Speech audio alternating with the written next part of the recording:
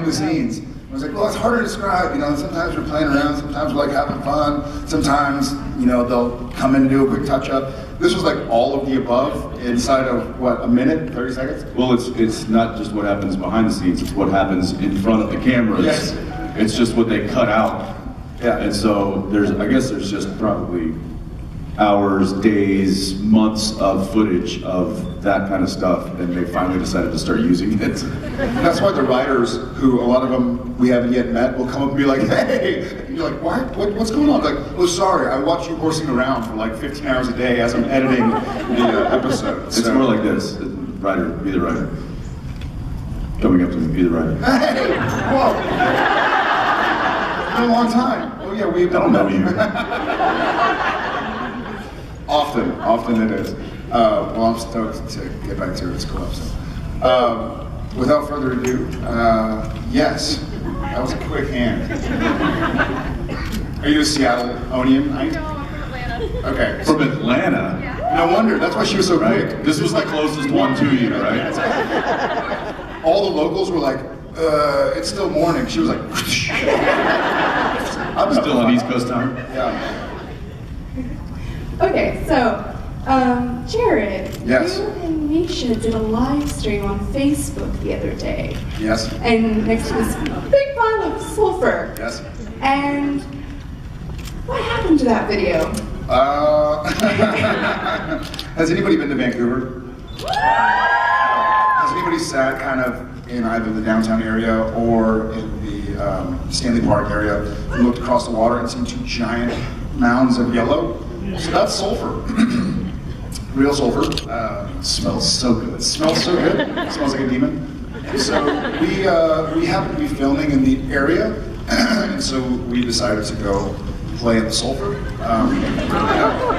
Not always all screws loose. So Hey, rotten eggs, let's go play. yeah, we suffice it to say we played in the area, and then had like people running over. Like, you have to delete the videos because the client, I guess, which is the person who buys the sulfur, I don't know what kind of person that is necessarily, but I guess the people happen to be fans. So they were like, why are Sam Winchester and Castiel like playing around in my sulfur that I'm about to turn into a tire? And so we had to like nix it ASAP. So it's probably somewhere. What happens to the Facebook Live videos that get deleted? Are they still out there? Yeah. Yeah.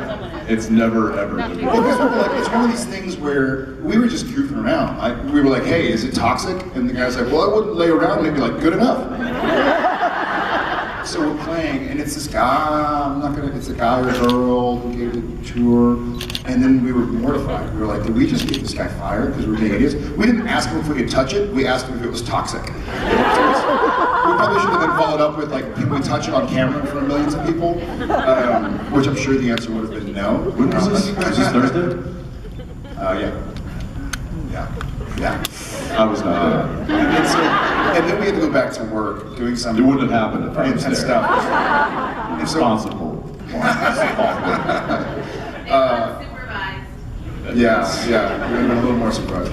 But yeah, so I'm sure it's somewhere out there, but we're trying not to get the nice young person who gave us a tour fired. Your turn.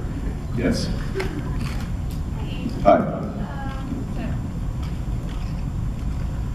So, welcome back to Seattle. I am born from Texas, so Texas represent. So my question is for both of you, but the latest episode, the wrestling episode, which I absolutely love because I'm a wrestling fan. So I saw how Dean was so excited, and like I can agree with that because that's how I get.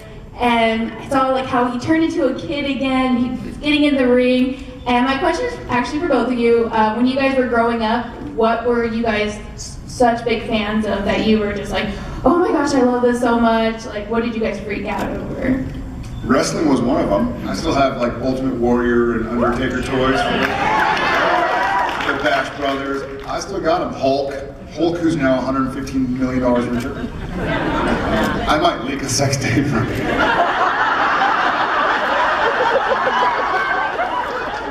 We're just streaming live on Facebook. In the sulfur. It's sulfur's out. But yeah, wrestling was Demon one. sex. Demon sex. Oh yeah. You did marry I'm not a demon. It's like demon. It'd be like a muggle, right? Like, it'd be a just Harry Potter reference. That was one. I was always a fan of the Cowboys, the Spurs, Pearl Jam at a later age. Yeah, Seattle. So yeah, so I mean, I collected cards and stuff. I was a pretty Star Wars. Lynn knows a few other things that we'll wait for. Yeah. I don't know. I was into I collected baseball cards, and so I was pretty into baseball as well. And I think I would have. I freak out every time I go into a baseball stadium. I don't know if you guys. That and monster trucks. I don't know why. Something about a stadium. Going into a big stadium with a big event happening. Yeah, That's why you always act so funny. We've been lucky to like get into some cities and like, hey, we're gonna be in Seattle. We should go see a game on Saturday. So we'll show up and everything's kind of like, you know, we're getting through tickets. As soon as Jensen gives the ticket, he's like, who's this guy? Music in his head. oh yeah. Yeah, go wrestling. I saw at the very end, was your hand up? Because I saw it shoot up. All right. I thought my daughter wanted to ask you a question. She just said, don't say it. So hand retract. Daughter? So we're from Boston, so Yeah. So we came from Boston. It was a surprise for my daughter. So college break, because she loves you. But I think you're nice boys because I'm a mom. So anyway, do you want to ask a question? Before she asks a question, I just want to both let you know. I'm sorry, everyone. I know it's really corny, but I came here as I have to fly with my daughter to here, so she can't go home. So I'm just for the ride here. But I've noticed a lot of the people have been getting up in all of these panels saying, I'm struggling, you guys are great. And I know before I came here, my mindset was, oh, why those fans are so crazy, they're just people like us. But I just want to let you know, thank you, because after being here for 3 days, all of you, really do care for these people and show them a great deal of respect and support, and what you do not related to these consumer cons, whatever cons. Thank you. And it's really, really, I'm sure your moms are both really proud Super of you. cons.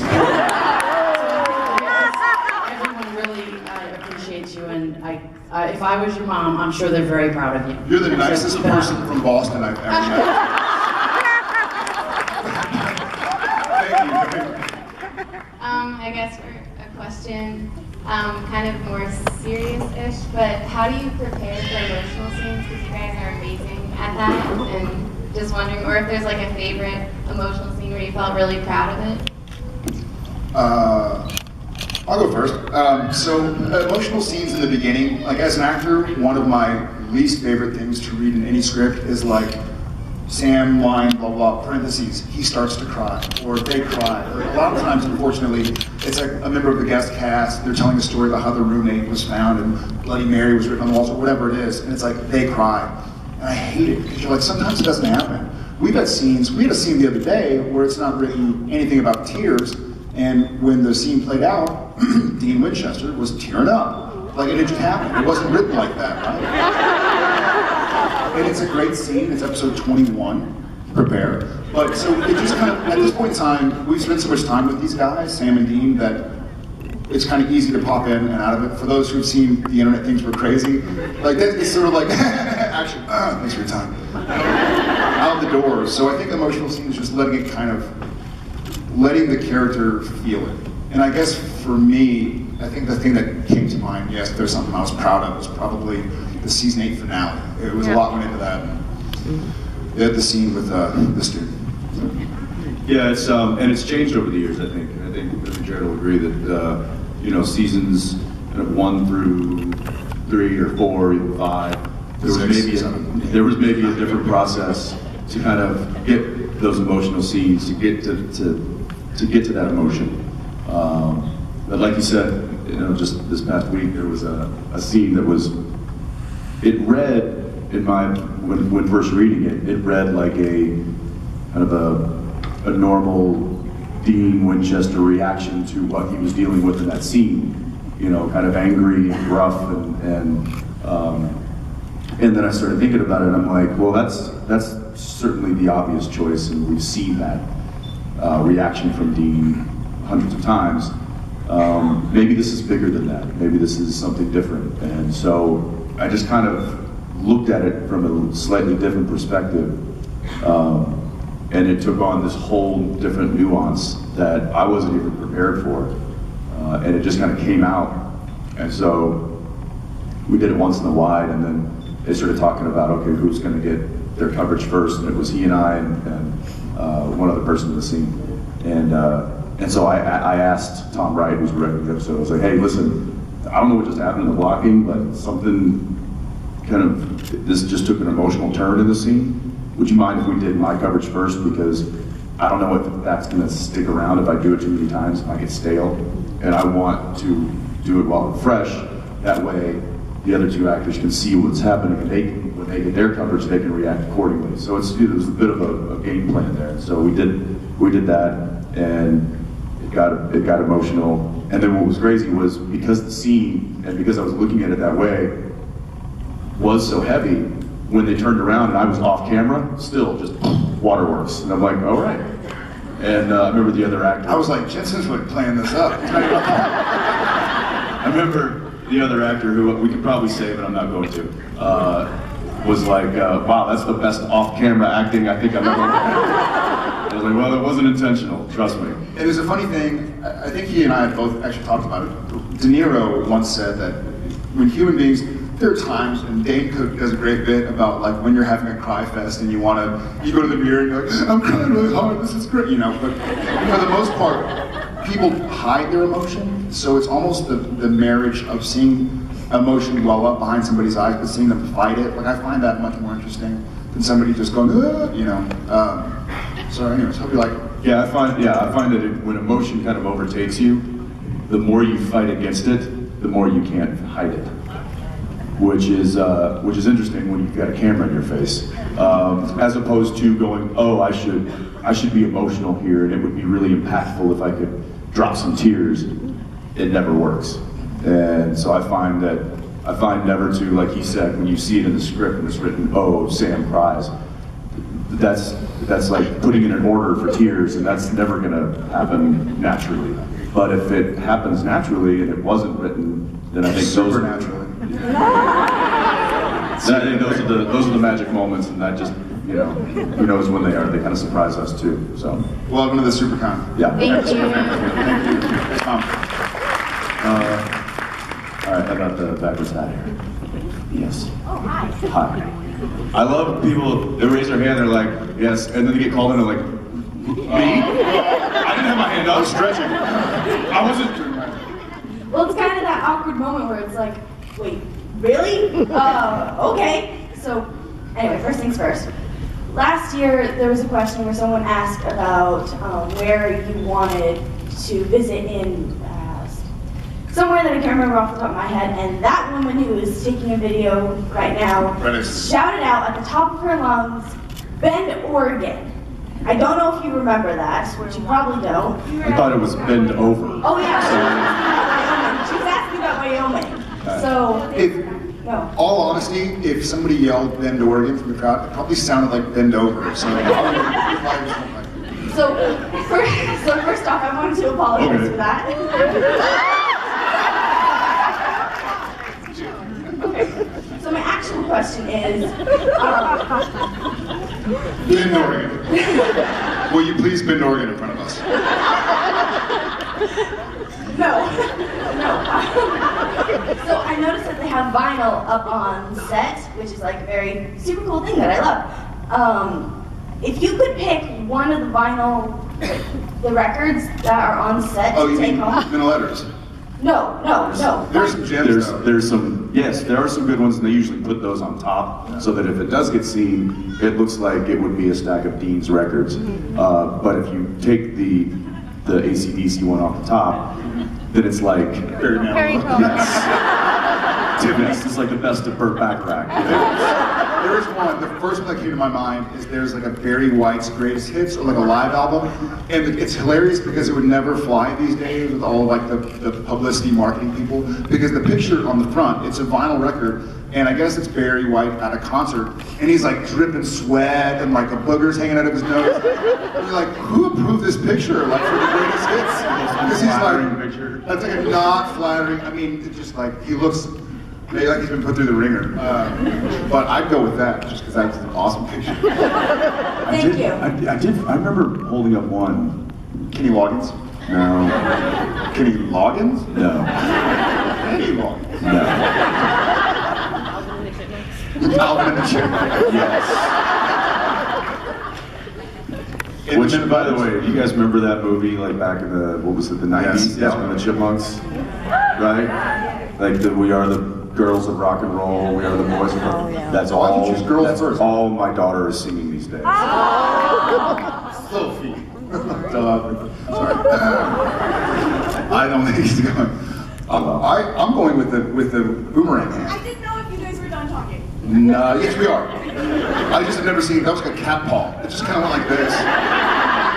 You know, you have like a little thing and the catcher goes, flash of light, sonic boom. Well, I am also a cat lady, so. There you go. Yeah. You're part cat. You weren't supposed to find out. I'm super nervous, but luckily this question is from my best friend. Her name is Maddie, and she couldn't be here. And I told her I would do this, so. That's pretty funny. Thank you. You guys will see her later. That Is could she? be really fun. No, I wish she was here. So she's not here right now, but she is here. Well, she is here. 'Cause Yes. yeah, but I see. not. Hey, You follow? Cat. yes. We're ready. Okay, so from Maddie.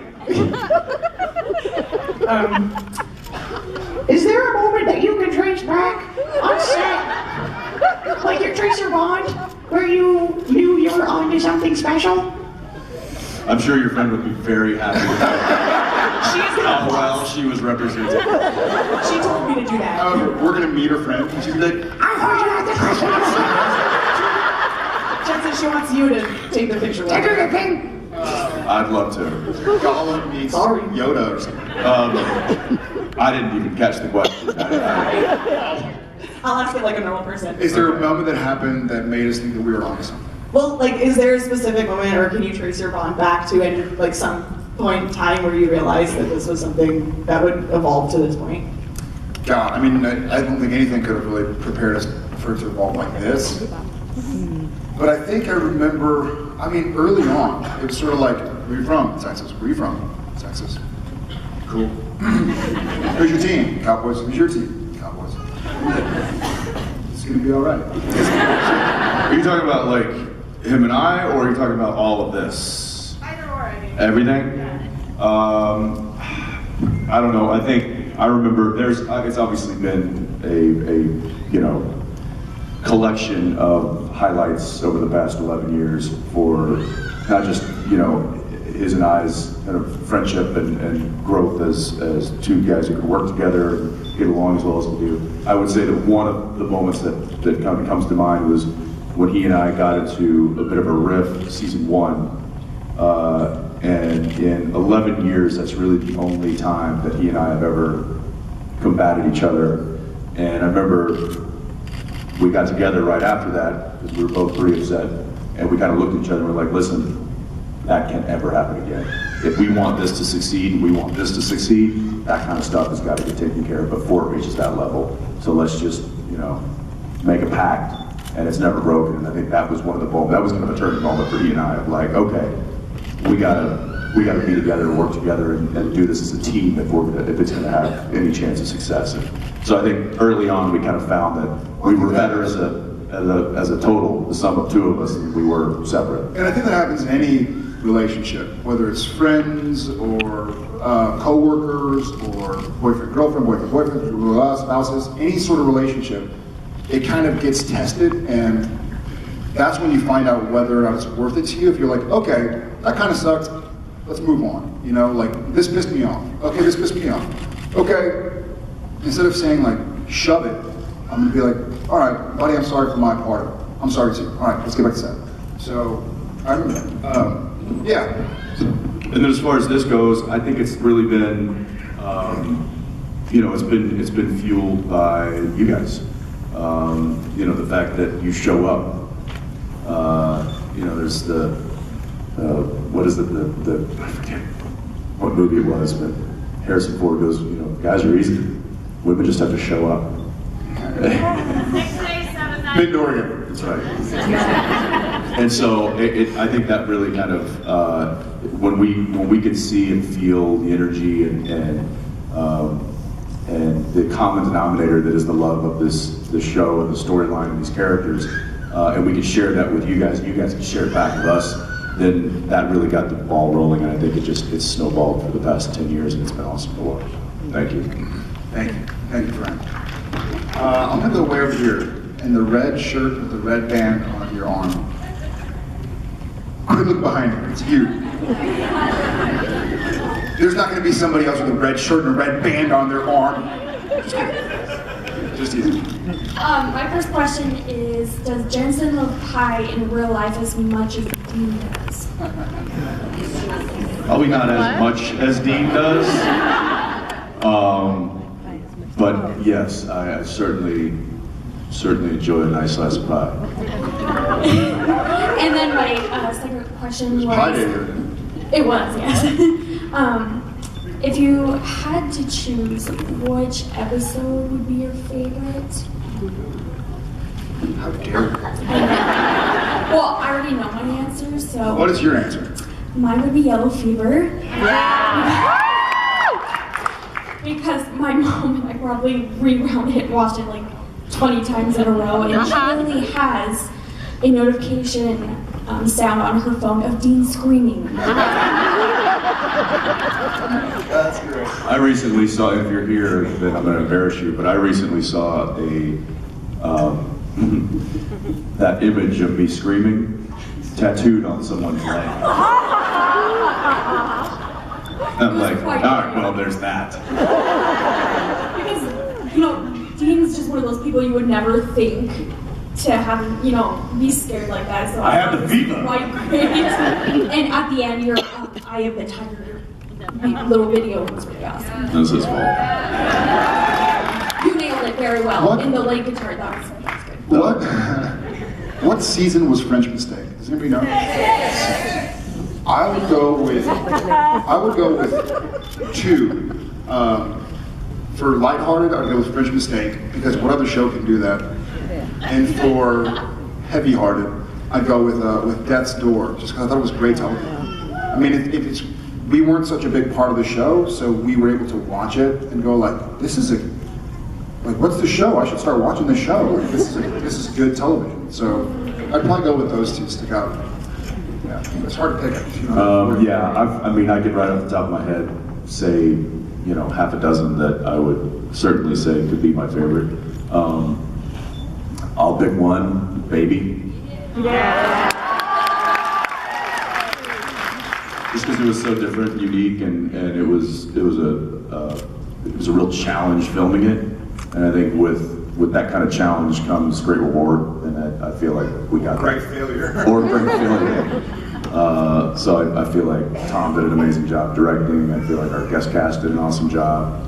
Felt like the car performed very well. I was a happy camper. It was cool. Before I pass this off, Yes. I just want to say thank you for creating the Always Keep Fighting and You Are Not Alone. I actually got a semicolon tattooed behind my ear as kind of a reminder, so I really want to say thank you for doing that. Thank you.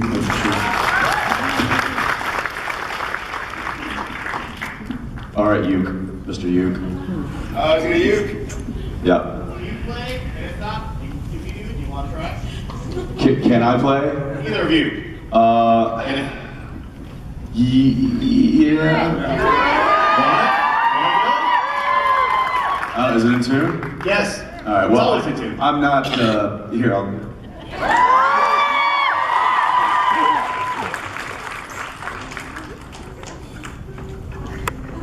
You lied to them. Give the people what they want.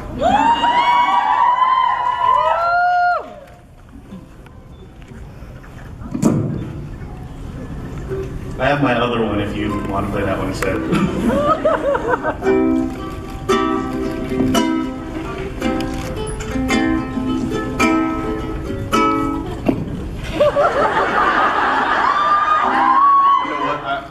honestly, I just remember that Singing. I don't really remember a lot of. Capo, it's like a guitar. Capoed at the 5th fret, then the 4 high strings.